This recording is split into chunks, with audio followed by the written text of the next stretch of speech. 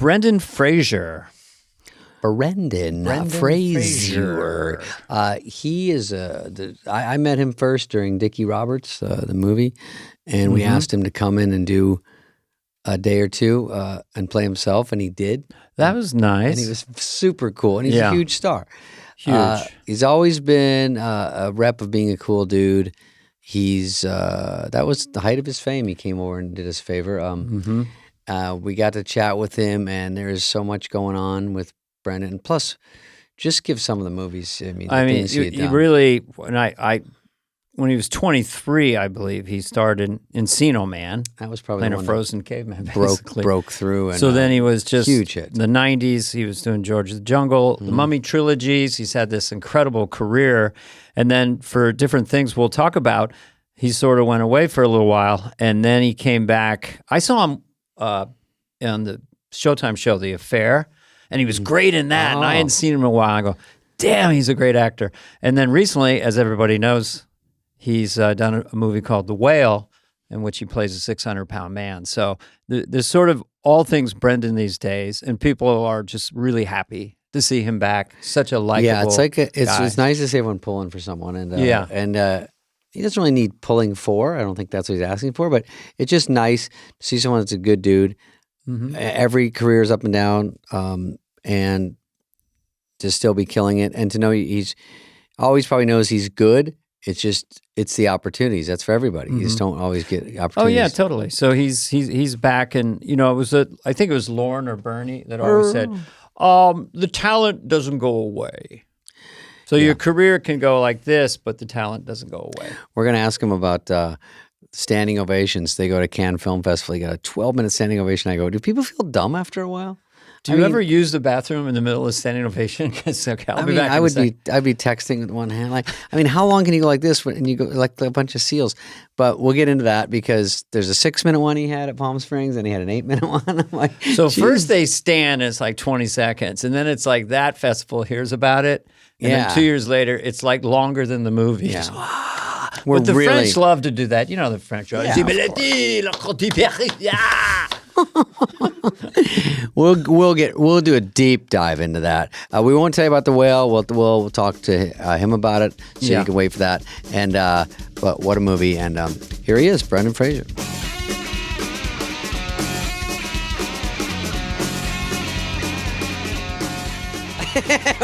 No one hates us, but we do all the time. So this is, obviously new show business that we don't really even talk. We never had a plan. We just put the mic on and start talking to people connected to SNL in some way. Yeah. And, so it's weird that this is a job. Blip on his whole resume. Oh, Sometimes it's the main thing. Look at our notes. Do you have any questions, first of all? He won't show me his notes. No, I won't, because mine are better than Dana's. But do you have any questions of us? Because we're I was just asking Greg who your sponsors are, because I'm just interested in how podcasts A lot of work. this is new for me. A lot of HelloFresh. Nice. A lot of companies that basically say, we'll do the work for you digitally. Like, ZipRecruiter would be one of them. We'll help you hire people. Right. ZocDoc, we'll help you find a doctor. Oh, yeah, it's true. We keep this. ZocDoc. Sorry. But they're going to love this part of the podcast. DraftKings. This is, this is free advertising. I'm already kissing ass. What's our favorite? We don't have a favorite. Masterclass. No, it's good that they like do it, Masterclass. because... Which you should teach. Oh, you should teach a Masterclass. In what? Brilliant acting. Duh. We both saw The Whale. I'm still recovering. We both saw it. I didn't see it all. I got to the part where you got out to the ocean, and then I didn't see it. It clicked out? Oh, shit. No, I'm kidding. I saw it. Okay. I saw it, and it kept cutting off because they give you 18 minutes to watch it, and so it gives you little bits. Oh, really? No, mine was perfect. You know how screeners work? Yeah. There's someone on the other end. I pressed a button. I had on a beautiful laptop, stereo speakers, and I went downtown. And it was amazing. Well, listen, if we're going to talk about The Whale, we're going to save it for people listening right now. Want to hear about Brendan's thoughts about The Whale? It's coming up soon. Okay, we can save that because I want to talk about it a lot. That's a teaser. I'm learning. I'm still shaken by it. Okay, we'll do a little SNL. Let's just ask him a couple quick questions. because we have to fake like that's what this whole thing is about. Well, no. I want to talk about SNL as a part of his whole thing because I was fascinated as I did a deep dive. Is how I hadn't seen anybody do the broad comedies and then can do the offbeat leading man funny guy like the Mummy stuff and back and forth. You're doing George of the Jungle and then you're doing Gods and Monsters. It's like there's a pattern here. I've had to have a theme. I have a theme for every podcast. Yours is like the seeds of you being this renowned, brilliant actor. It's almost like you're just starting now, I would say. Because you set the seed for it by constantly dipping your toes into it between these franchises that is so iconic. Anyway, that's all I have to say. I'll be quiet. Okay, good night. Thanks, folks. I think his pattern is there's no pattern. How about that? Interesting. Because, like, let's say someone like me who gets into comedy, you're lucky enough to just get comedies. And so if you were... Let's say Encino Man was maybe one of the first things that sort of blew up for you. That was. Which is a comedy. You think that's all you would get offered and people tell me, oh, you should do more movies like Uncut Gems. I'm like, well, everyone should. I mean, that's just not how it works. Yeah, do the Academy Award winning level movies. Those are the good ones. Again? Yeah. But then you went to School Ties from Encino Man. Yes. With Matt Damon. Correction. It was the other way around. School Ties was shot first. And then you went to Encino Man. Who were the your release agents? dates were flip-flopped.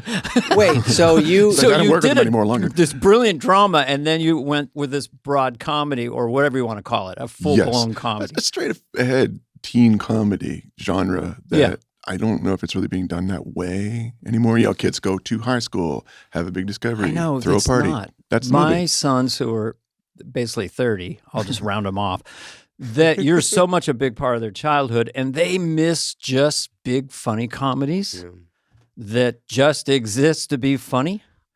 Maybe people are scared to step in it because you got to dodge so many types of jokes, you know?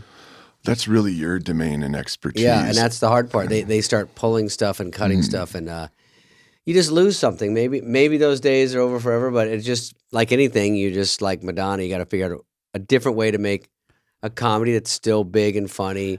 I think they can come back. I think there's an appetite for it. Yeah, I think there's a huge appetite. Because it just releases all the cultural stuff that's going on, and you just laugh, you know? So I had a question. Wait, you did we're not going to let you talk. No, so just I'm so you know. He warned me. I'd have to fight for my time. I warned him ahead of time. He's gonna. But we're slowing down because we're shot out of a cannon because we just saw the movie. So well, I was gonna. Yeah, I was deeply napping in a full on dream, and he said, "He's here." No, I'm kidding. No, but I live close by. No, I said, "Get over here, prick." I said, "Who?" He said, "Brendan."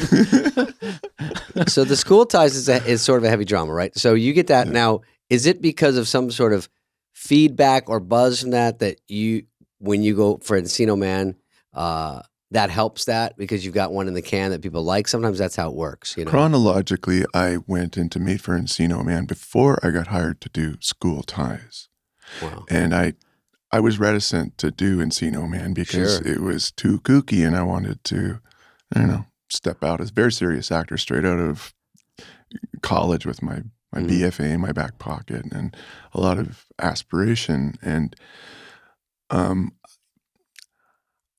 understood that the character is basically the new guy in town, which was something that they hadn't seen anyone bring in to the readings or the auditions before that they really wanted, because he's a fish out of water. He's trying to fit in, all that.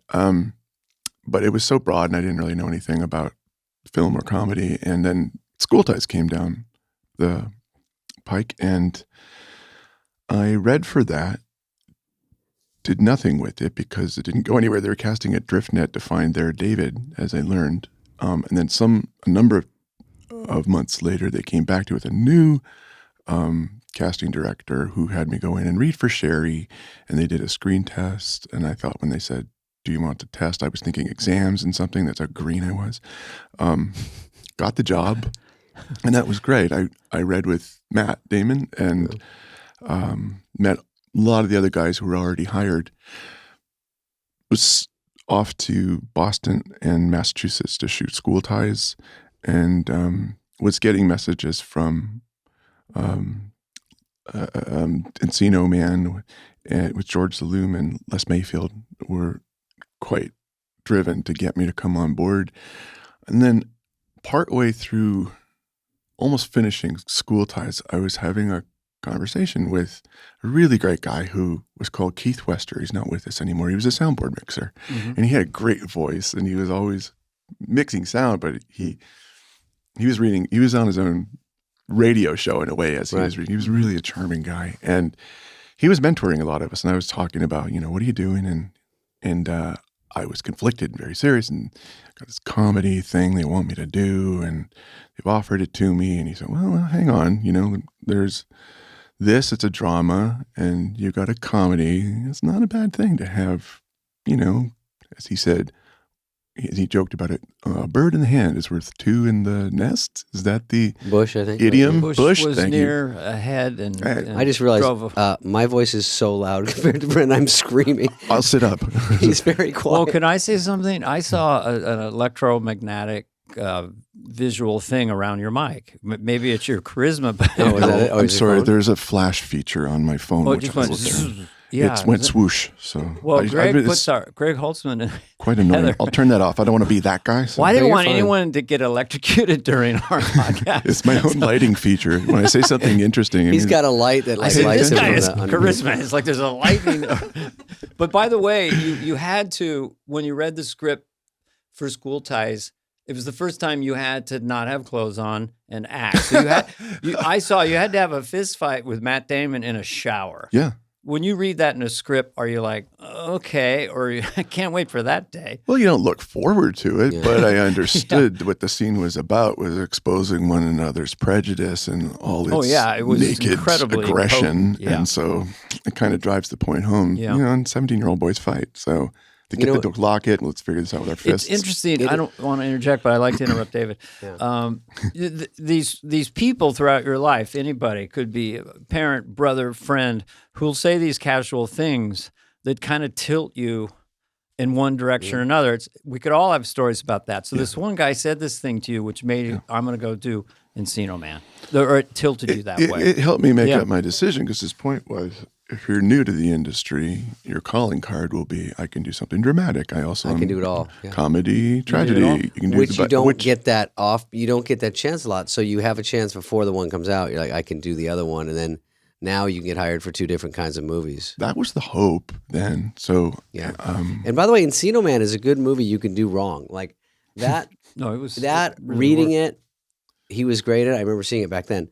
I think Paulie was in it with you. Correct. And Paulie was funny and crazy, and but you were charming. He's good looking, but you're making a lot out of this that could have gone the wrong way. You know what I mean? It could have been so dumb, but it was a huge hit, and that was great, and it was fun. I remember watching it back in the day. Thanks, Dave. And that kind of launched you.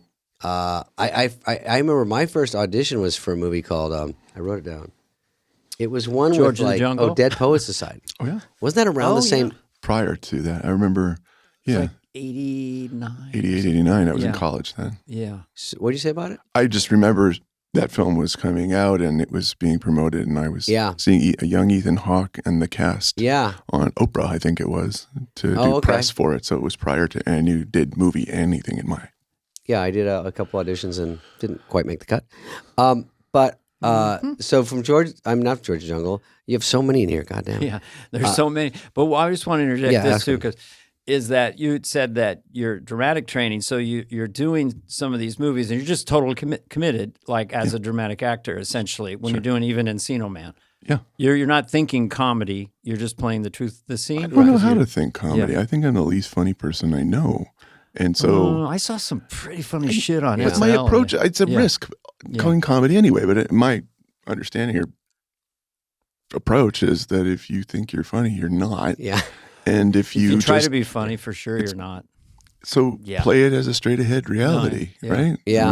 And on SNL, when the host would come in and sit down in that first Monday meeting and say, "Good news, guys, I'm funny." We'd all go, "Uh-oh." Oh, no. I know how to do it. I know. I was shocked. I know all the rules of comedy. You say that. 3 things. And you go, "Oh, boy." I just made a joke. It wasn't Christopher Walken. No, he said the Bears. I know how to be funny. No. He's great. But one gear that you did have also in these 90 comedies is that and I find it really interesting that you could make your face like super leading man, handsome. And then you could go to a grin that would just go a certain way that made you kind of funny, or you could take the handsomest way and be the goofy leading man. It was really interesting to watch that, some of your stuff. Was that intentional, or just you're just thinking it? I'm sure you weren't making a face, but you could actually had a chameleon aspect. Is that chameleon? Well, I think you shouldn't take yourself too seriously. Yeah, maybe it comes from that. Yeah. And I think if you're having fun internally, I do think with comedy it helps. Even doesn't mean you're mugging, pushing, trying to be funny, but you're feeling a sense of fun. Likeable is half of the battle too. Anthony Hopkins, a Tony to me, told me once that he thought acting at the top level is a form of self-hypnosis. He would, as you probably have heard, he only reads the script 200 times. Wow. And he has a Polaroid in those days. I know you're a huge Polaroid camera person. He had a Polaroid picture of his character, and they'd yell Speed. He'd put it up, look at it, put it on his face, and go, "What?" And then put it in his pocket, and then he was the guy. Are you sure? You're not making that up for... No, it was Tony Hoppy. Whatever. Tony. He would huff a Polaroid picture of himself and then play the character? Yeah. He Wow. would look Whatever at works, it, Speed, man. we're rolling. Exactly. Whatever then works. he'd breathe it. And he said, I think it's sort of, I always do Robin Williams when I do Anthony Hopkins. They're both incredibly shy. His charisma is like this, But this, we'll go to the whale in a minute, but it's hard to act. A point I wanted to make about something else I learned, I got this from Lauren, was before I did my first monologue when I hosted SNL, that moment before it wasn't broadcast, it would have been the rehearsal. Dress, Dress, thank you. He came out and he has a little chat with the host. I was told, Lauren's going to have a word with you. All he said to me was, it's all about confidence. And he turned on his heel and we went to shoot it. Went to air. Wow. That's what he told me. I mean, I didn't know if he was telling me be confident or don't try and be funny, but essentially it's just about taking ownership of what you're doing and committing to it. I think that let me know a lot about pretty much everything else about, again, knowing you're there for a good reason, you're good at what you do, you like what you do, and if people don't laugh at what you're doing, then just move on to whatever is next. Yeah. Well, I felt when I watched the 97 monologue, you were very confident. Thanks. But then when I watched 99, there was a whole other level of relaxation because you'd already done it once before. Nothing defeats that. You went in and you found Tom Davis in the room. It's like Tom Davis was still living on the set. And it was really, really funny. He was there when I was there.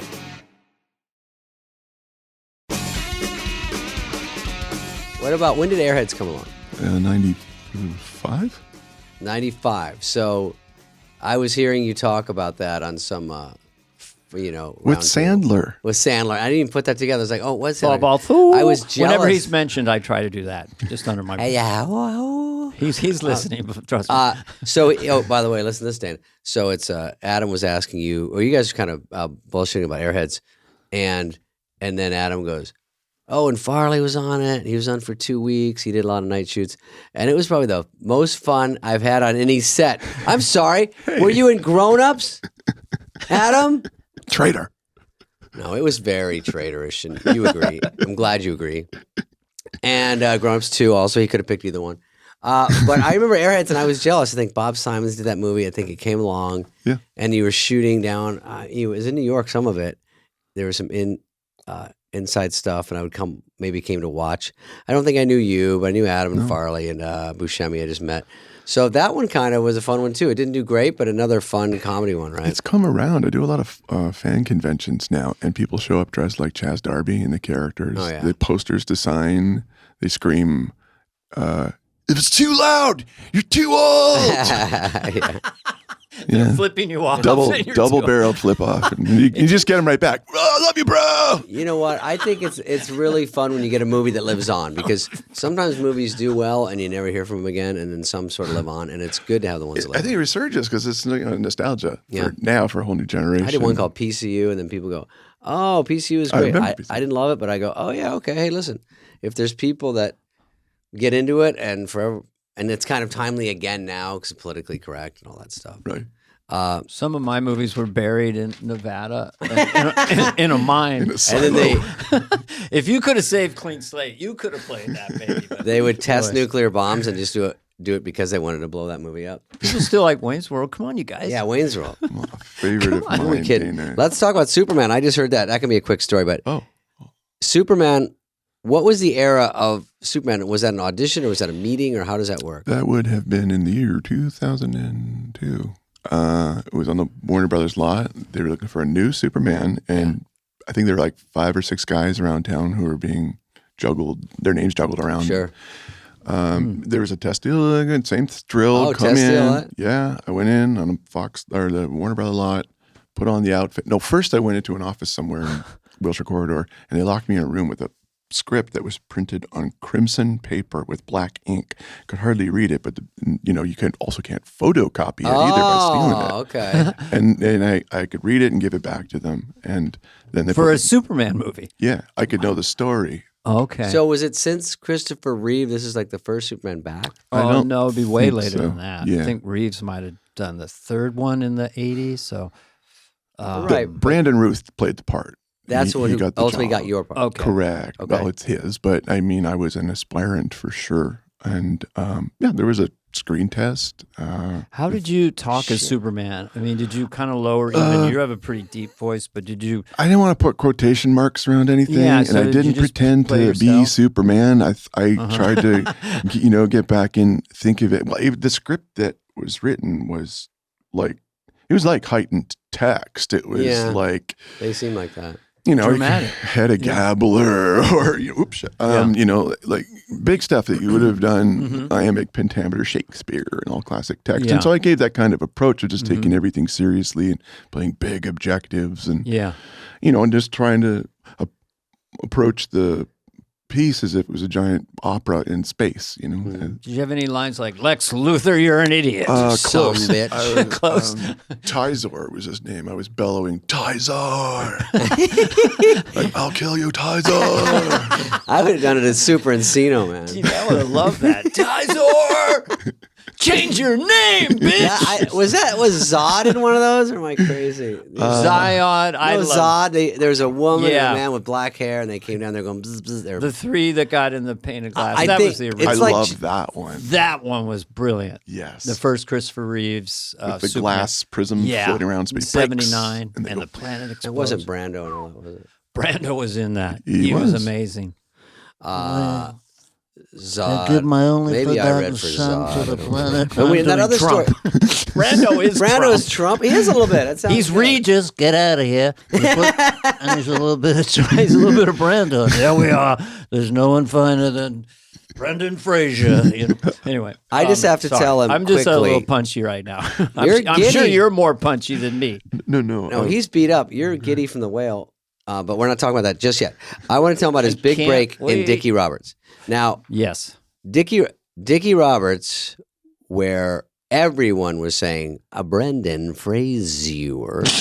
It's like Razor Fraser, right? Razor Fraser rather than Do you Fraser. shave with a razor or do you shave with Oh, Fraser. do you shave with a razor? Razor. Or do you You say did with a it, Dana. Fraser? Razor, The chameleon voice guy got it. Yes. I can do It takes direction. Tell him about. No. Brendan Fraser just gave me an acting note. I And know, it you was did a it good. great note. He'd be a good acting teacher. Yes. I want you to direct me. We'll talk later. You no, can't afford Dana, me. don't quit trying to get off Couldn't Dickie afford Roberts. Dickie Roberts is Give a it tsunami. a quick synopsis. So what happened is Of I the- was of the wondering movie. because I didn't know Brendan and he was nice enough to come in and do something in it, but I think it was through Sam, the director of George's. Sam Weissman. Okay, so the backstory on that was just to bore the fucking shit out of you is Dickie Roberts was pitched. We pitched it. Me and Fred wrote it, and we said, "Oh, it's a Fred child Wolf. star," which is sort of to this day a theme of child stars kind of hit the skid. You know what I mean? They have a lot of trouble, and it's very real, and it's sad, and it's no one's quite figured out how to fix it. But that movie was PG-13. Two funny things. One, when we finished writing it, a pretty big director, God, I can't remember who it was, said, "I'd love to do it. I'll keep the first act, but we have to go very dark after that." and make it R-rated and make it with the way that it really is. And I said, no, it can't be super dark. I mean, and Paramount's not going to do that. So we handed it in. By the way, when I handed it in, this is a classic showbiz story. So they read it at Paramount, and then I get word through back channels. They like it a lot, and they want to give it to Jim Carrey now. Ouch. You understand that this could happen at any time. This is a classic behind the scenes. And so people were trying to keep that away from me going, the good news is they love it, but they think Jim could take it like crazy because he was the biggest guy right then. They'll give him $20 million. Yeah. And they talked to Adam Sandler. Sandler was the producer of it. And so he said, I don't know, ask Spade, but I think Spade, because he co-wrote it, would rather be in it. But then John Goldwyn, I think it was John Goldwyn, who's under Sherry. You mentioned Sherry Lansing. I think you mentioned her about School Ties. Yes. So he called me and said, you might have heard some rumors. It was so weird. And he said, I apologize. We're moving forward the way it is. And I said, John, I get how business works. Hey, take me out of it. If you could have Jim Carrey, I get it.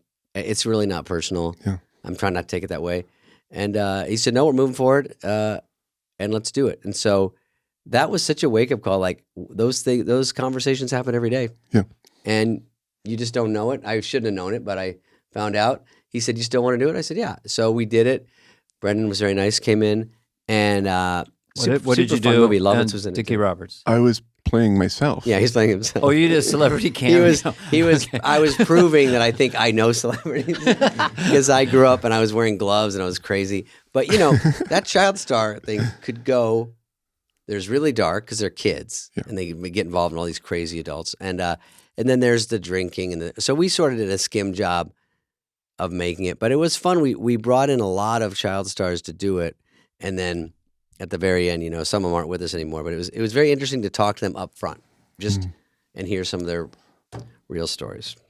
But we can talk about Brendan's movies again. All right. Do you have any more things you want to share about Saturday Night Live before we move on? I loved it. It was a proving ground, and I earned a stripe at the same time. By the way, I felt like I had, it's a milestone, absolute milestone. You feel like, I think if I was just out there doing a show or doing a movie, and when it's one of those things like the cover of Rolling Stone or something where they go, they want you to host it, it has to hit you. Like, it does.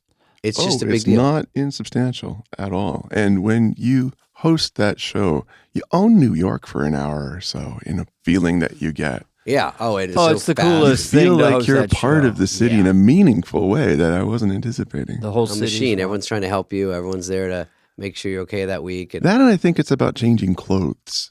It's mostly about changing clothes fast. Quickly, running around bleachers, not trying to bump your head into the overhead thing. Basically, naked, you would be in danger of that at your height. Oh, Nealon please. Used to bang Clocking his stuff. Yeah. Okay, there you go. Yeah. They even put bumpers on it. Like, they have bumpers. Little tennis balls. Because you're sprinting sometimes across the studio in the dark. Naked.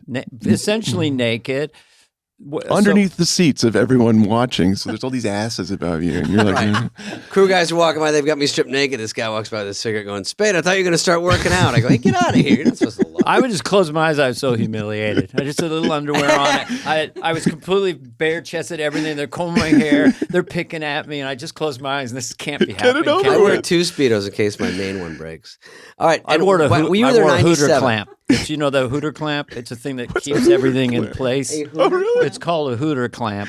It's a dance belt, Dana. No, that's a joke. My brothers and I had that as a running gag when we were kids. I have 3 older brothers. Like you. Is that one of our sponsors? We joked about the Hooter clamp. Brought to you by Hooter Clamps. Brought to you by Wiener Have you got your Hooter clamp on? It was just a joke. I don't know. There's also, you can put a trucker's buddy in there where you can pee during the show.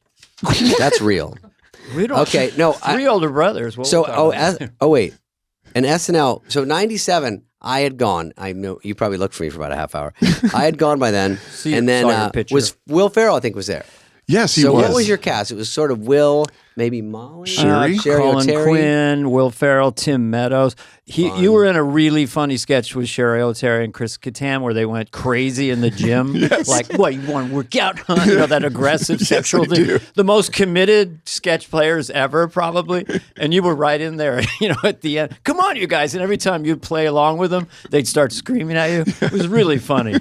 You're like, these people are sexual perverts. I'm the trainer. Okay, I'll go with it. What, you want that? You want that? And then Chris Kattan would go nuts on you. Very funny. Hey, man, dial it down.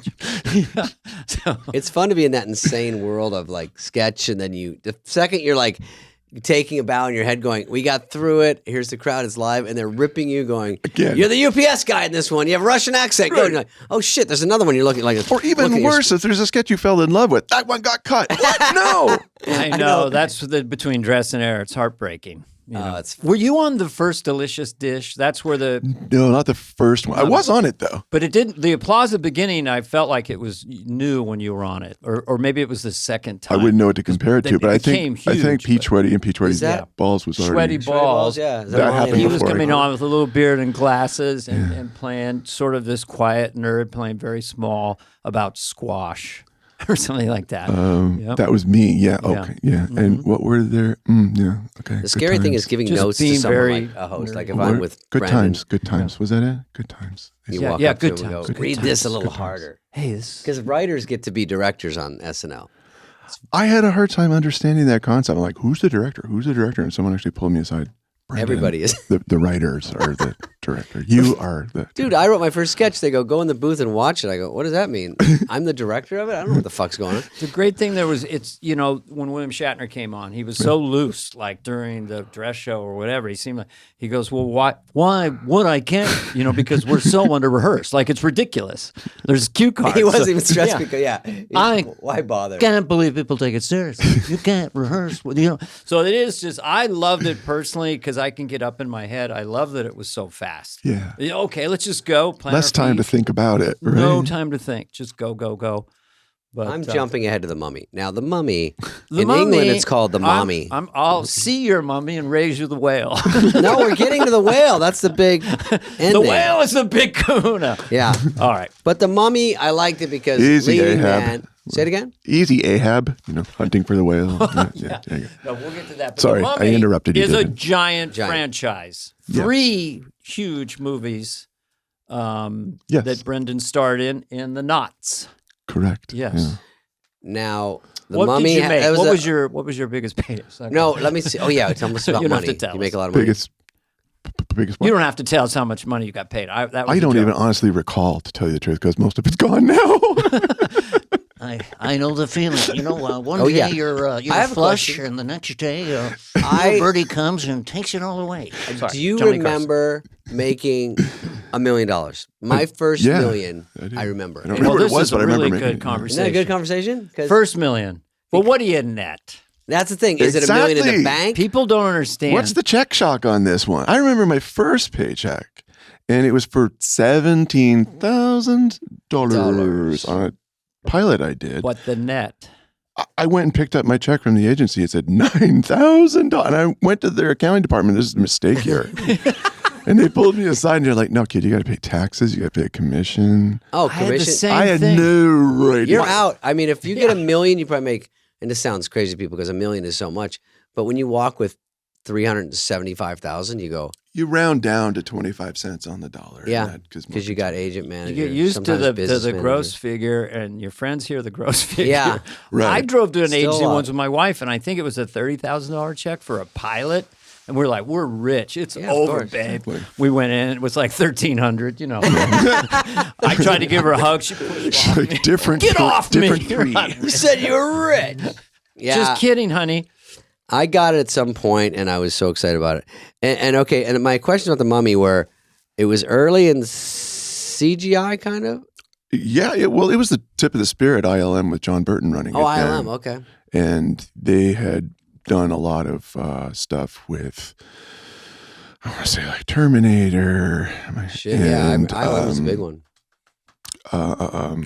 The Not Avatar. like the creature from Alien. I was no close. It was Jim Cameron's water movie. Oh, I remember that. The Abyss. The Abyss, I think. Yeah. I Lost got at it. the time. That was pretty good, That was good, dude. Because I know a guy who was in it, Todd something. Yeah, anyway. But it was a big gamble because first of all, nobody had any idea what the movie was going to look like. Is it a comedy in a way? Because everybody's comparing it to Abbott and Costello, and it's a throwback to Mummy, blah blah blah. Mm-hmm. Was it a horror film? Was it Was it Indiana Jones? Was it an adventure film? Was it a romance? Was it And it was all It of it. was like a genre. Exactly. It was a It beginning It hit him of- on all counts, like a Rachel Marvel movie Weisz. today. Is Rachel Weisz right? the girl? That hits on all those frequencies. Correct. The girl in it was great with him. Mm-hmm. John Hannah. Oh yeah, Mm-hmm. see? Oh yeah, he was your guide or something. He was her brother, my brother-in-law, my ne'er-do-well brother-in-law. They call them popcorn movies today, right? Just fun. That's straight what I ahead. Was think it of fun to do? Kinda scary. Absolutely. Oh, I get a little bit scary, A little bit romantic. but it's a little thrill bit fun. ride funny. Like, I Yeah. want to do it again. Yeah. Do you get hurt ever? Not on that one, just my feelings. Is your feeling? Why are you I feeling? can't remember one reason or another. How were you with reading reviews throughout your career? Did you get iron? I Were think you dinged by it? Or I'm terribly sensitive. If anything says anything slightly negative, early about on it was, you want to slap me in my bulbous face, says some writer in Portland, Oregon. I thought, them's fighting words. I'm going to come Yeah. find you, bro. But it's hard to not take stuff like that Sure. personally. yeah. But I would always feel like I would root around and look for the good ones, but I didn't know if they held any currency. Sift through. Yeah. I get hurt by Instagram comments. I'm You very are on fragile. social media? Are you crazy? Yeah. listen, Painful you- indeed is vindictive speech is a theme of The Whale. Say that again. Painful indeed is vindictive speech. I saw that on a plaque outside of a temple in Thailand years ago in front of a giant golden recluse. Well, earlier in your career, if you get something negative, it can affect your career, and you know it. And then later, when you've gone through some stuff, it's a little. If you feel a little more resilient, you know you can withstand the storm. But if early on you do something and people are negative or Rotten Tomatoes or all that shit, it's such a wispy career where it could just wind blow away from you, and you're like, wait, I'm a big deal. And they're I like, think "No." it's worse when you've had some success and then you get dinged and they use that success you to get a piece of juxtapose it. how you're not successful anymore. Mm. Because I've had my travails with that. But then you kind of go back to, Tom Hanks said there's no crying in baseball. There's no being bitter in show business because the entire thing is designed to make you bitter. I met Mickey Rooney was the most bitter man I ever met. I was the #1 star in the world. You hear me? Bang. The world, So I knew early on, okay, everything about show business is designed to make you feel bitter. So I'm going to choose either to pretend or just remember that we're privileged that we get paid $1 to do this. To do this. Yeah. That's their up. It's like they're paying me to do this. That's how I felt early on because I would be doing this anyway, even if you didn't, because I didn't know what else to do. Tony Randall told me that. Did he? We get paid to do this. And he was like 85 at the Yeah. time. Never lost the wonder in all of that. That's why I like people who do regular jobs because I go, we need them. I can't do it. I can't do jack shit. Agreed. And I appreciate it. I was a busboy, got fired 3 times. But in The Mummy, you're a I was asked fighter. that. First of all, The Mummy looked fun, like you said it was. Fun. But doing stunts, you must have had to do some in The Mummy. And then you said you I got hurt. choked out pretty good on yeah. day 2 or 3. There was a hanging sequence and Hanging? from the neck. No, I'm out. Well, didn't they have you in a harness and They CGI? they didn't because they They're did trying to get the shot before lunch. Exactly. That's So what you- happens. Wait, People a don't hanging realize that. scene and you blacked out? Did Well- they fire the stunt coordinator? No, he was too important, and plus I could still be But, replaced. yep, it was it's a early hierarchy. on in the schedule, Wow, so wow. we were running around going, we still have jobs, we do, but we could be replaced. Hannah was like that all the time, like, oh no, I can't believe it. Don't tell them they'll send me back to Glasgow. I don't know what I'm doing. Oh, I still got a job. They can't fire me now. Fuck it, let's do this. So Sorry, I that's- just channeled him.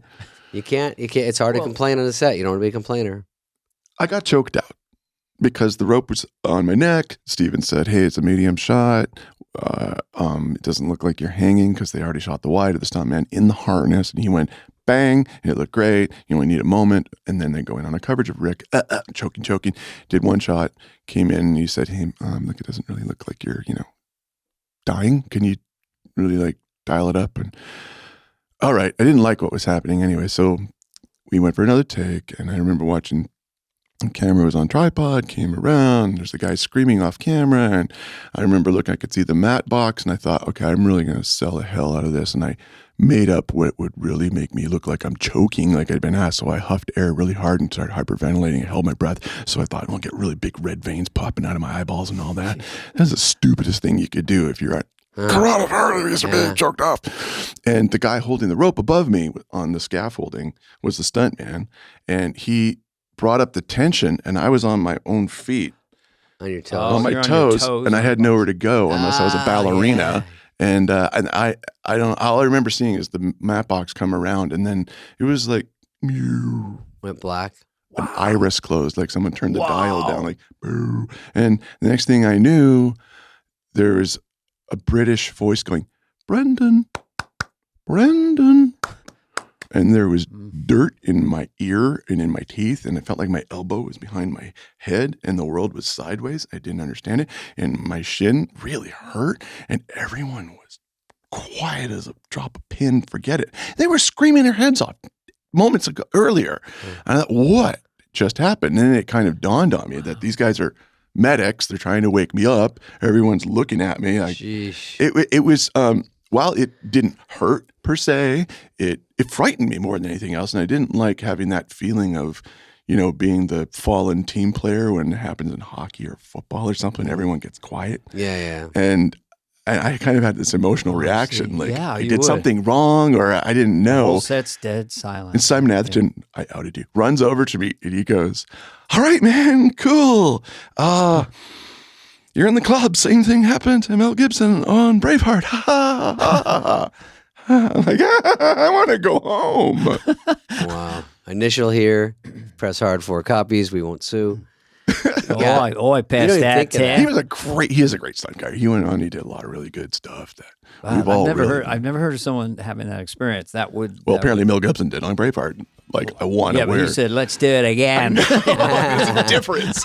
That's my bad, Mel Gibson. Sorry. That was Mel Gibson. Oh, I can't. Australian accents are difficult. That was Keith Urban.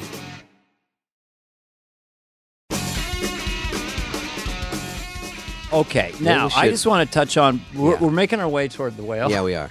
Which is great. We're I pretty just much want to. My wife and I were watching the Affair on Showtime, Oh, yeah.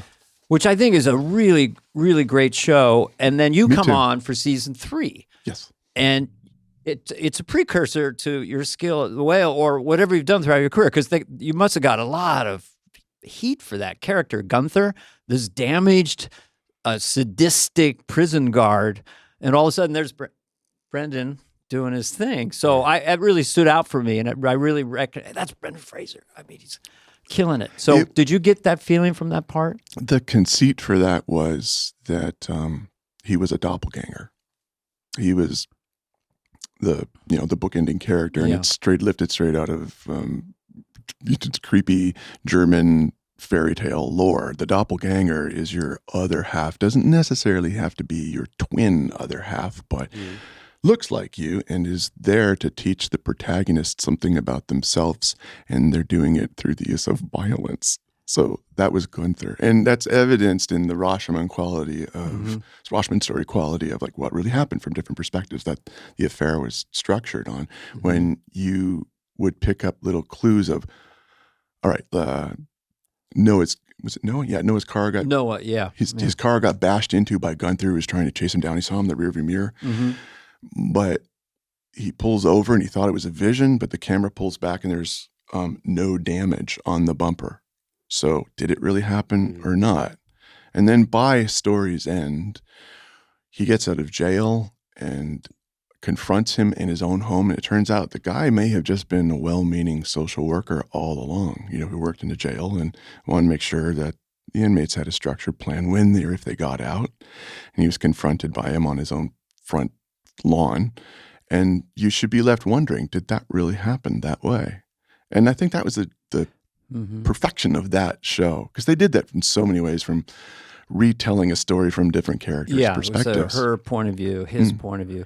But it's interesting to me, not being any kind of sort of dramatically trained actor, is that you do all this stuff, prep work in your head, and then you just stand there as Gunther, and we as viewers just know a lot's going on. You're gone, and this guy has got tons of shit going on. So it's just fun to watch. Thank you. It's interesting to pick I appreciate different places to show up to, like in The Affair, which is a hit show, and then he's in there. Well, that's why you never went totally surprise. away. There's always you're showing up in really kind of high quality stuff throughout what do you call it? The post-knots? Not 2012 to around now. there. Yeah. Yeah. So I did take a step back to slow down. My life had taken a different path at that point too. I had kids. I'd moved across the country. There was some legal action in my life, personally speaking, and that, for better or worse, it's something you must contend with, and it takes your focus away from what your aspirations professionally are. But you'd go mad if you didn't have a job, right? So I always had something to do, whether it was with the affair or some other project. And also, I don't know if I could have maintained the level of expected success that I had up until that point, because you fall out of favor if your film doesn't reach, I don't know, a magical number or something like that. And you don't know what the rules are. You don't know if you've been fired or you just won't be rehired.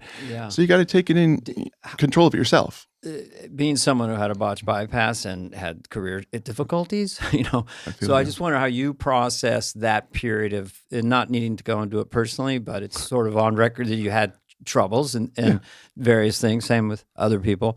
How does it affect you now? You look back at, hey, Brent, were you proud of you? Were courageous? You made the right choices? I'm glad for everything that happened the way that it did, because I couldn't be the individual who I am now without having gone through the paces that way before. If this kind of acknowledgement that I'm seeing or receiving right now had happened 20 years ago, I wouldn't have been able to I wouldn't have had the emotional tool belt of psyche to deal with it. I do now because I have a context. I know why I do this. It's because I got kids now, and that just chemically changes everything every choice you make. It gives it that's the reason why. The rest of it was just about desperation and fun and trying to stay with I think that's where I'm at. A trend. Desperation and fun, or staying with a trend. That's the title of his Showtime special. Desperation and fun. It took Brandon to find a good title for me. I go, that's it. That sums it all. Quick, let me write that down. So it's sort of like your own mortality, or putting your kids first in your brain all the time. And for me, when I did had that too. I was like, oh, you can really check out of here at any time, So I was like, oh, please, can I get to 60? You mean you can check out, meaning you because my issues were at 42. I'm perfect now, never had a heart attack. That's all. It's in my book. I recall, Dana, and you look fantastic. You look really healthy. You look hot. Thank you. I know. Anyway, but I was curious about that, and that makes total sense. And so you're back at the table in a way, and you're saying it makes sense. All this emotionality you went through and this whole trajectory, you're able actually to grasp it. Because I got an Emmy once, and Bob Hope handed it to me. Wow. And I wasn't really there. Just you had an out-of-body experience with it? Out-of-body, but I couldn't really, me and Emmy, I'm just from Carl. And you're like, am I the good guy that's supposed to get an Emmy right now when I look at everyone so great? Yeah. When I was on the cover of Rolling Stone, I felt nothing. I just I couldn't grasp it. I'm just saying that talk about that a little more, because it kind of happened to me a little bit last night. Oh, good. Yeah. Great. The Critics' Choice. And I were, kind of, no. Well, can I say one thing about Anthony Hopkins again? Just by accident. Because he was kind of doing TV movies, and then he read the script. This will take very fast. Hannibal Lecter or whatever, Silence of the Lambs, and he put it down after 5 pages. He said, "I didn't want to read anymore because I might not get the part because it was so perfect." Wow! And he thought he would think to himself, "What would it be like to be in a big Hollywood film? Oh, wow, that must be amazing." So he does Hannibal Lecter, wins the Oscar. He's in Times Square. He looks up, Silence of the Lambs, Anthony Hopkins lying around the block. And he says, and I felt nothing. Oh. So it's hard. You're out of body in a way. You're all these awards you're getting and 10-minute standing ovations. I would find it to grasp it. You feel like you're in a fever dream or something? No, sometimes, but that's just my own insecurity coming to take over me. And the best advice I'm getting from friends and family and all that is just stay in your own boots. Just take the moment in. Yeah. And I know that has value because I couldn't appreciate that stuff earlier on. I can now. Yeah. Well, I think that for all of us, because, I'll cry in my car sometimes, just like for a minute, when just things overwhelm you. Yeah. And David is there usually at the same time. No, but so when you're that raw with people and it's so authentic, I know that's such a cliche word now, it touches all of us. Yeah. because we're feeling the weight of it. You can't watch your acceptance speech. And I couldn't, by the end of The Whale too, it was just so overwhelming. Yeah. And so whatever you went through maybe informed you to bring us these gifts. It has to have had value or gotten into your body. And The Whale was shot during the time of COVID also. So it was this, it was tiny set, 2-bedroom apartment. We rehearsed on a sound stage with a taped out floor, a 1-to-1 model. So we really knew our jobs pretty well. Say 1-to-1 model? So it's like exactly taped off what the set's going to be. Like you would rehearse a play, for instance. Darren wouldn't even let us cross the tape. We had to use the entrance, taped out entrance. Like there's a wall there. Yeah. Okay. You would walk into the wall. Don't cross the tape. Darren Aronofsky. Aronofsky. Him too. Sheesh. I'm not good. I went to state school. I'm not. We're from Montana. We don't put 2 and 2 together too easily. I'm Brendan Fraser. How do you do? Brendan Fraser's here. I mean, it's almost like. I always thought, just to touch on what you just said, it would be harder to me, I think, if you were on Friends. It's like a show like that. The first thing out of the gate is so huge. Yeah. Mm-hmm. And you don't realize it might not be like that anymore. How do you follow that up? And how do you follow? It must screw with your head. And when you get like one line in something and then you get this, and you sort of go up and have, everyone has career ups and downs, that you do appreciate when it's going good because you go, it can go away. You didn't know before, but now I still feel like someone's going to walk in the door and accuse me of fraud, basically. And I have imposter syndrome. Like you feel like I should be feeling something. I guess it's normal. Jimmy Stewart and Henry Fonda said that's it. Every movie. They haven't found me out yet. Yeah. Dana has and I fraud won't insurance. even do the impression. I guess we're right on schedule then, guys. We're David. Tell him. Now listen, people don't know this. The Whale got a 12-week standing ovation. By the way, I will say it's funny when I hear like a 3-minute standing ovation, then 6, until I go, what are these people doing? Do they bring a lunch? Because they're clapping going, are you sitting down? Because I loved it, but I have to go to the ballet now. Like you gotta 15. Pace yourself to do this. I know. Work. Well, and Brandon's watching going, are you done? I get it. You liked it. Now my feet are hurting. I was trying to leave the theater when I thought we were almost out the doors in Venice, and Darren's like, "No, get back, take a bow." I'm like, "Really? All right, fine." So I did. I took a bow.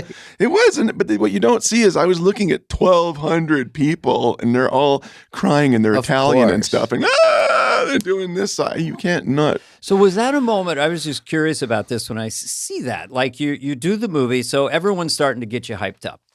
Hey, we got to admit, hey, you're awesome at this, right? It's starting to happen. But then when you show it to an audience and you get that kind of response, then it's as real. It's as great as people are telling me, right?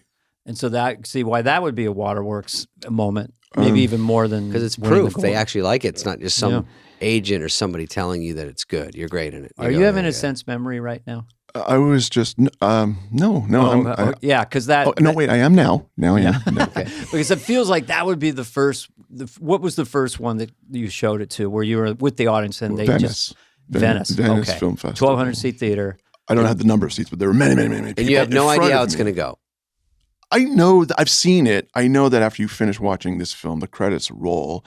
And people are still rooted to the spot. And I don't say that in the same kind of like blowing smoke kind of way. Agents going, well, I loved it, man. None of that. This one's legit. I was the whole time just riveting. I felt like I needed to reconnect a few sockets and cables after I saw I'm in the thing. And it's not, it doesn't let up.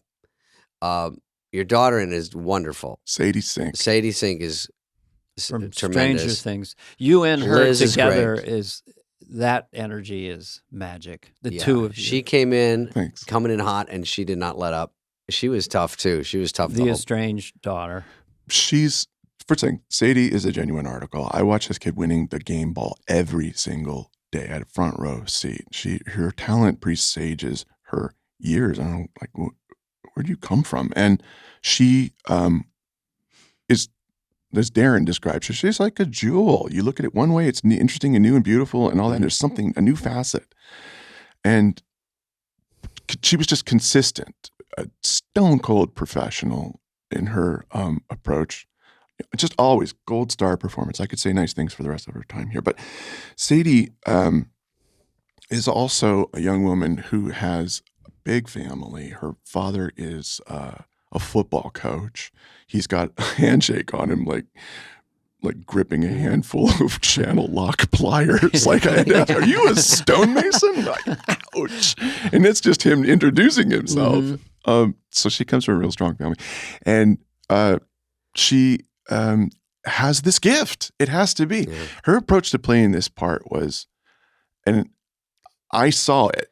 She never went in for the trope of an angsty teenager. She understood that this girl is talented as a character, but doesn't know it yet. She has a lot of understandable rage that comes from her hurt. Charlie did something that really, really wounded this kid.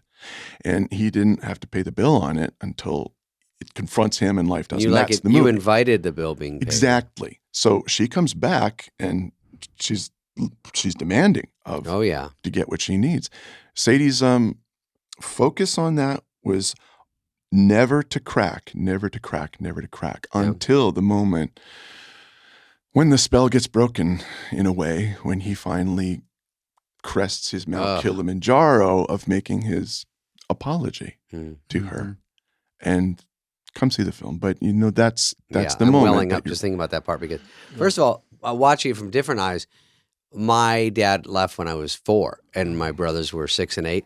So, and he didn't come around, and then he came back later and he didn't really want to make up. He just came around. And so I was the one sort of pushing the reconciliation, just because you don't have your dad. Yeah. And so there was themes in that movie that hit me in different ways. And also just the fact that it is just a very well-crafted, and the woman that takes care of you, Liz, I think is her name. Hong Chow. Hong Chow. Yeah, she was magic as well. And it's in movies that are brilliant, that are great, and I give it up to the writer, director, and all the performers. Samuel D. You Hunter. can't imagine anyone else playing any other part. No. That's a great movie. That's always the sign of it. No one else could have done what you did. I believe that character should have its own movie. Yeah. I want to know who Liz was at work in her other life. Right, because she just comes in. Such a likable character. And there's more that Hong can say in between the lines, in the pauses and the silences, than any of the dialogue she's speaking, just by her face and how she drinks in who she's speaking to, almost as if like she's listening with her pores or something. Well, there's parts in there, and you can always tell us to cut something out if it feels like it's too much. But remember the part, Dana, where she's talking about her truck, and it's such a curveball, like you're getting it from all sides, and it's just like, oh my God, what a fucking mess. That was tough to take, all that. So, listen, it got me. I kept starting and stopping it because I had to gather myself. Brendan, I'm a comedic performer. I was doing sold out shows, other people's words, in big theaters. And it was hard to regain the funny bone. But like you, very talented. And I got through it. Dana? Like you. I just want to ask, because I'm fascinated how great movies get made. I remember asking Joe Pesci once, do you know when it's great? Yeah. How do you do it? I mean, what did he answer? He goes, hey, you lock in. That's how you do it. You just fucking lock in, He said something once that I knew he'd done. He goes, sometimes some guys don't want to fight. You know what I say?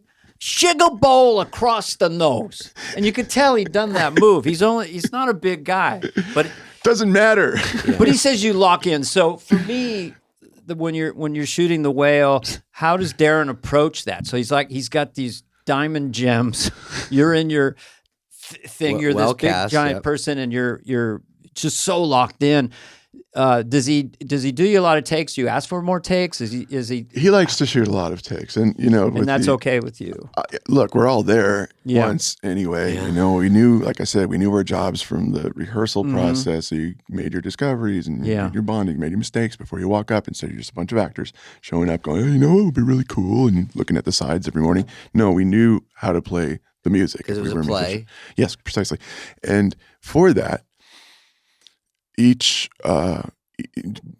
take, because it's a tiny set, it's a 2-bedroom apartment. We're like a submarine crew on top of each other, and because of the exigencies of playing that character, and I'm wearing a great deal of makeup and apparatus and costuming and harnessing, and whether it was a man whose body is big like Charlie's, or if I was in an alien costume or something, they're really kind of the same approach. It's suit performing, and so I figured, we're here. Let's just keep doing it again. Darren, he would just keep shooting. But we were also shooting like everyone does now on digital. So there's no more film. There's no magazine to change. Just keep going. It's like a light switch. Just turn it on. And you can do them on a loop. And if something's off on a take, just back up the camera and go again. And I think that would get him a lot of variety. And but in Hong's case, he would just kind of go, okay, well, we already got it. You know what? Just show off. Impress me. He loved her so much. It wasn't, you would try and, it was really finessing many takes to find out what's the best way to do it. He was never shooting for variety, with me at least. And you could almost do it different ways. Like there's different colors and layers in each take, and you're like, he's got to go back and pick which is the best one. Because sometimes I think that was a good one. Next one you go, that was good at the beginning. Oh, we nailed that part, on different movies. But this one, I'm sure he's got it in his head what he wants. It's hard. It would be hard with that emotion, which is a lot of your stuff, and humor. It's very emotional. To get through take after take. That would be harder for me. Well, because you have to I get say there. one day at a time. I think you got to eat an elephant one bite at a time. At least it was in one location was kind of nice. Yeah, where was it? We shot in Newburgh, New York, across the mighty Hudson. It was frozen at that time of year, so cold there, in a motorcycle museum in the lower half of. And I'm sure you said this on press junkets, but so it was 3 hours in probably and 3 hours out. 4. Oh, and how many to get out? An hour. But that's okay. I mean, shoot for 12 minutes a day. I had a guy, Kevin Yeager, who's brilliant on this. A very goofy movie. No one saw Master of Disguise.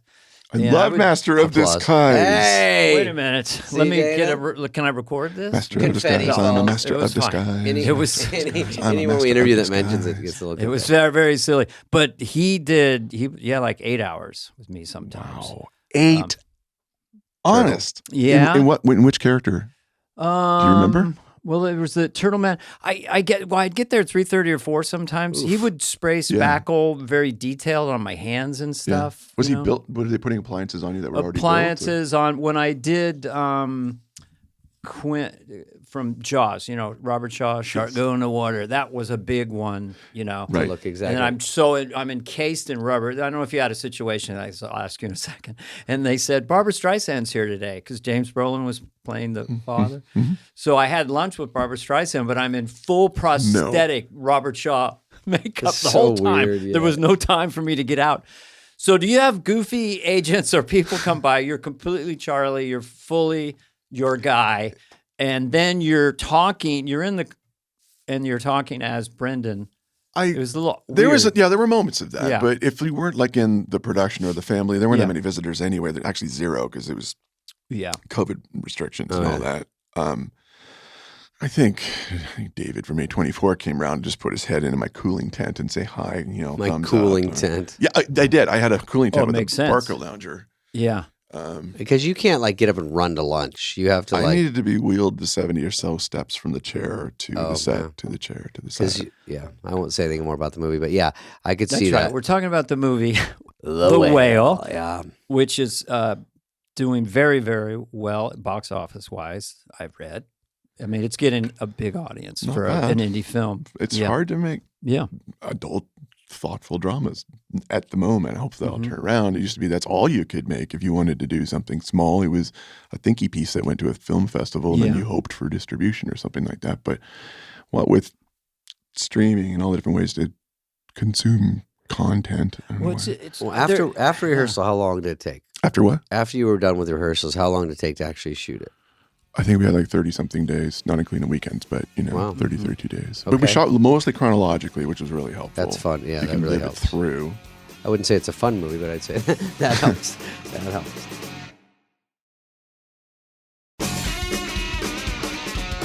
Well, good is good. I'm wondering when the first time you did the makeup test and you became the character, and when you looked in the mirror, obviously the thing is you start to go, What was your reaction? Was it emotional almost? It or? was actually funny you should ask. Yeah, so I think the first test was at the Protozoa office, and Adrian Moreau is the designer of this makeup. He's brilliant, and getting into it for the first time, it was big labor to get all the parts from Montreal and all that. And Darren looked over my shoulder and he said, "For the rest of your life."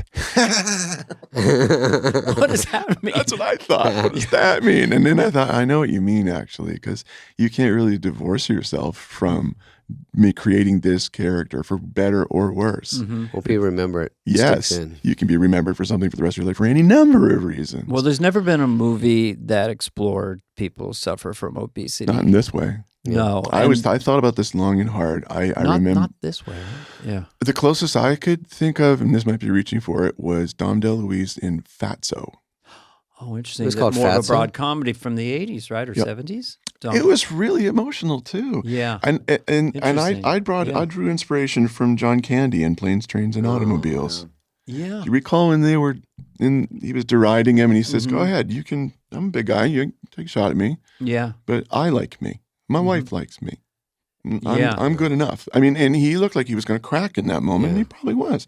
And that was a beautiful piece of acting right there. I don't think we've seen that kind of sensitivity attached to owning who you are when you live in a larger body like that. Yeah, and I love that he was a college professor, and there was a heartache always underneath almost the entire. It was just there. You didn't have to play it. Even when you're being light, like you're being light with everyone, you're saying, "I'm sorry."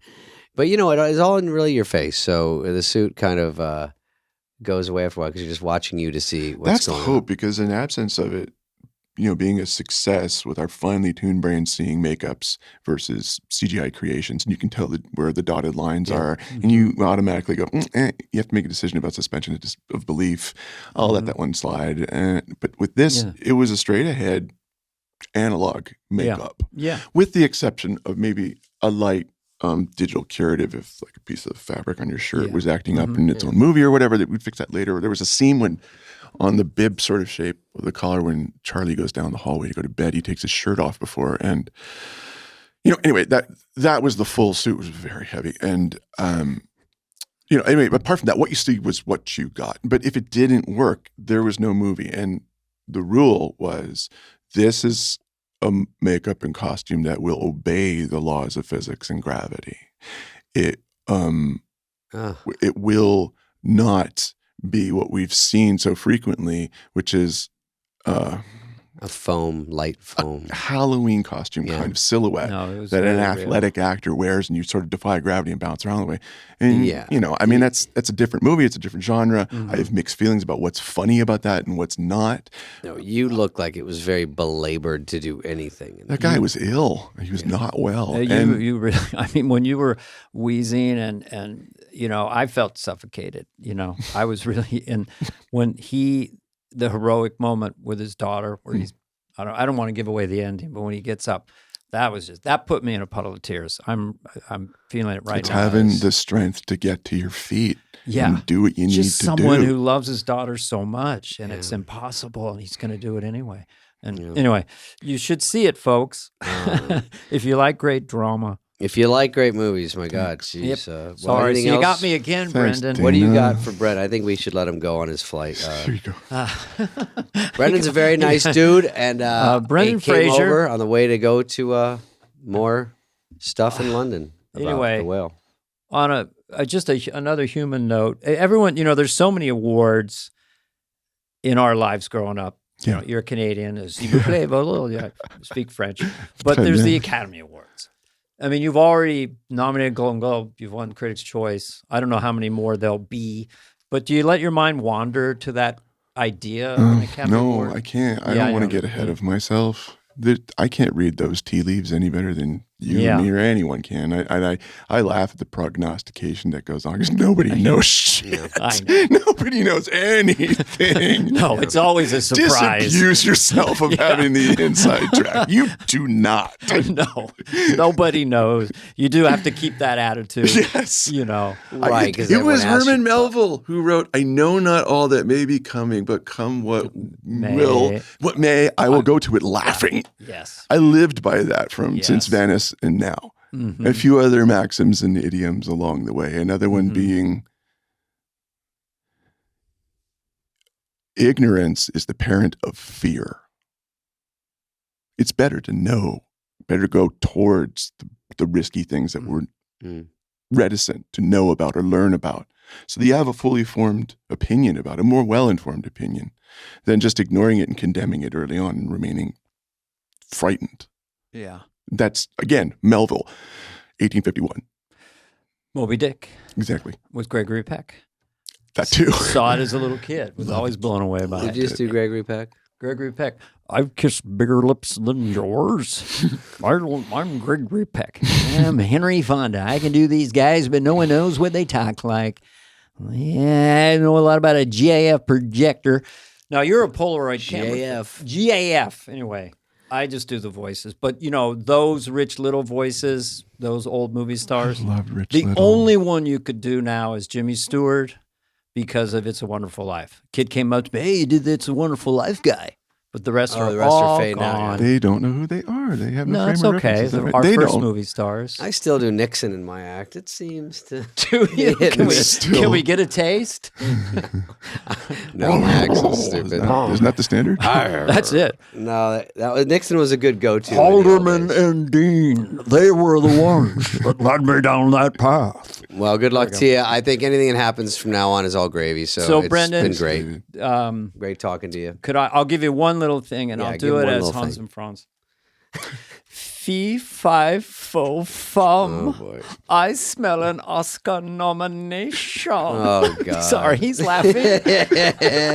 Well, ever since you were about it. Just in memory of my late mother, who loved the church lady because she was church. Really? She was church lady. Oh, that's funny.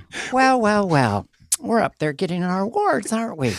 We think we're a little bit superior to a little man I like to call Jesus. We like ourselves, don't we?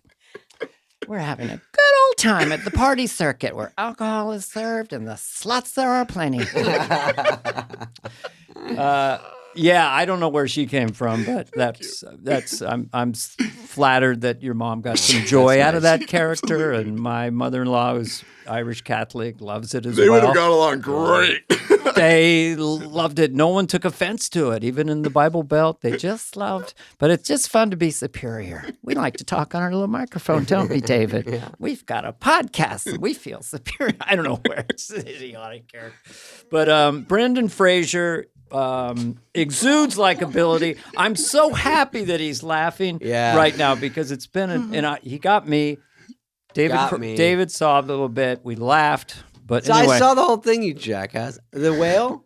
Well, just everything here when we started thinking about that last moment in the film, it still gets me. I don't want to talk about that because it's part of the movie, but I was gotten all across the board. I kept stopping because I was like, oh my God, this is catching me off guard. Over and over. So what can we, how can we sum up? We appreciate you. I mean, the whole world is, as you know, just loves you. Like, everyone's happy to see you.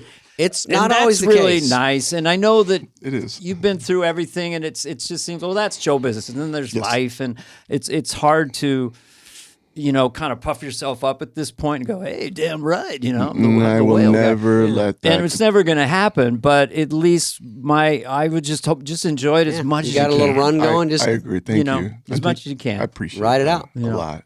People will say nice things to me sometimes, and I'm like, oh, okay. You're blowing up, Dane. That's my sister. You're blowing up again. I go, really? I don't think so.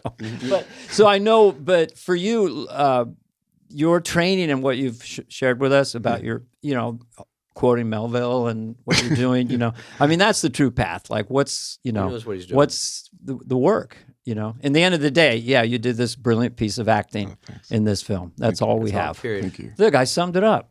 Thank you. All right. And I have a business manager to introduce to you. No. Do you have any advice?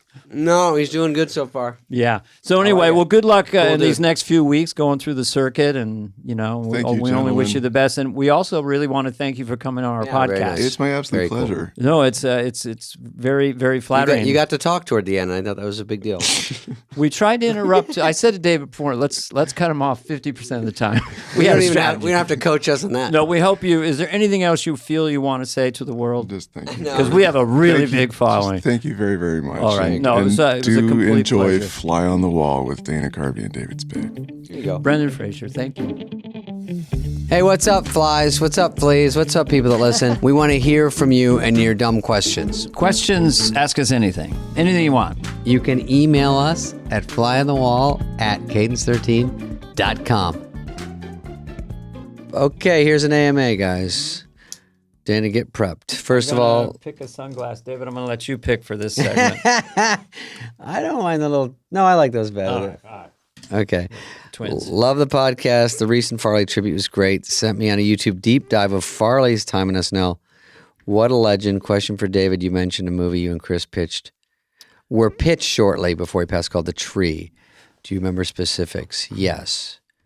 His name is Lance Witchy, pronounced like witchy woman. That's what he says. Okay. The Tree, Dana, was a movie. It was pretty typical of Spade Farley formula. I like this. I was a stiff DC political guy climbing up like an assistant, whatever, low man on the totem pole. I'm getting married. It's a week for my wedding, a week before Christmas, or whatever. After Thanksgiving, they say they want a tree to be delivered to, across the country. I order it. There's a big screw up. It's my fault. I hear from the president himself. You go get the tree and bring it back. Make sure it gets here. So I have to fly across the country. I have to get back for my wedding. And Farley is the lumberjack that's in charge of the tree. And he wants to make 18 stops on the way there. And I don't want to. So we fight along the way. And it's sort of a good device. Kind of like trains, Yeah. planes, and automobile, like two misfits Yep. on a journey. Is that script still around? It might be. I Because thought we're later. two misfits that Yeah. could go on a journey. Yeah, We well, wouldn't even have to I'm act. up for journeys. And Melissa McCarthy, I thought might be funny at one time for that. But it just sort of went away. We both had read it.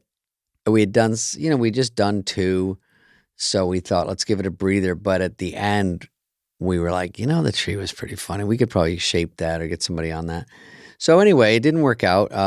But that was kind of what it was. I never asked you this, but what was the difference, you think, in terms of like Black Sheep versus Tommy Boy? Nothing. I mean, did you sense that maybe Black Sheep wasn't, because Wayne's World 2 didn't do as good as Wayne's World 1, but Well, the problem there was Tommy Boy, the quick stories, which we're not good at quick stories, but it sort of fell into place.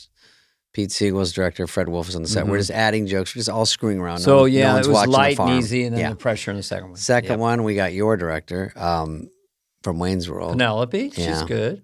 And she didn't want me in Black Sheep. So, and she's admitted this. She said I wasn't good and she didn't like me in Tommy Boy. And she said she just wanted to do a movie with Chris, so she would do this movie. Oh, well, And that's when and she took 40 pages out of the script that Fred wrote and we all chipped in on. So we were more separated in the movie and it wasn't as fun back and forth. I still like Black Yeah. Sheep, but I'm not here to hammer her down. I'm just saying. No, I'm sure that's she what has it turned her side into. of it. I didn't mean to bring up something negative. I No, would just say I that think I better go. I'm gonna budgets leave. are also, David, if I could for a moment. Yeah. Budgets are also can be the enemy of comedy. Like, so the first Mm-hmm. movie, they threw Mike and I as Wayne and Garth on the hood of the car. Mm-hmm. And we're going, do you ever be attracted to Bugs Bunny or whatever?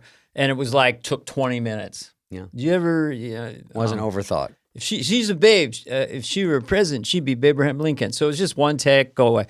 Second movie was like a 3-day shoot, multiple cameras. We're on that car for hours. CGI. Sucking and squeezing the life out of it. So anyway, That's no what one's happened. fault. And a lot Just more pressure, and a lot more cooks in the more kitchen. pressure. Saying, Yeah, but not we the think this way director could be was great. funny. This could, Yeah. overthought, over-tested. And so I still liked a lot of Black Sheep, and Chris was definitely funny in it, and there's some funny parts. Penelope did add one thing I have to give her where we were in bunk beds, and when she said, I'm going to do this thing where he falls on you. And I go, we didn't shoot that. And she goes, I did it with a camera trick. And when I saw it, I was like, there's no fucking way I would even know that was a camera trick. It looks so real. And so reverse. I will give her that. That was very funny. And a great additional joke, which is what you're killing for in those movies. Just get a house laugh. So that's it. And thank you for asking. This has been a podcast presentation of Cadence 13. Please listen, then rate, review, and follow all episodes. Available now for free wherever you get your podcast. No joke, folks. Fly on the Wall has been a presentation of Cadence 13. Executive produced by Dana Carvey and David Spade, Chris Corcoran of Cadence 13, and Charlie Finan of Brillstein Entertainment. The show's lead producer is Greg Holtzman with production and engineering support from Serena Regan and Chris Basil of Cadence 13.